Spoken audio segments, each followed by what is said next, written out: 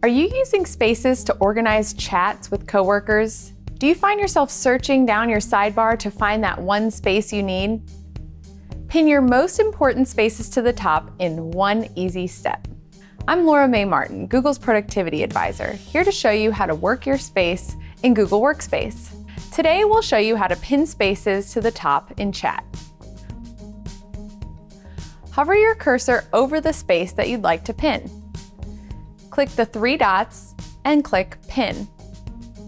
The space will now appear at the top of your list at all times. So there you have it. Pin your most important spaces to the top in one easy step. If you have any specific questions about this tip, leave them in the YouTube comments below. Looking for more tips just like this?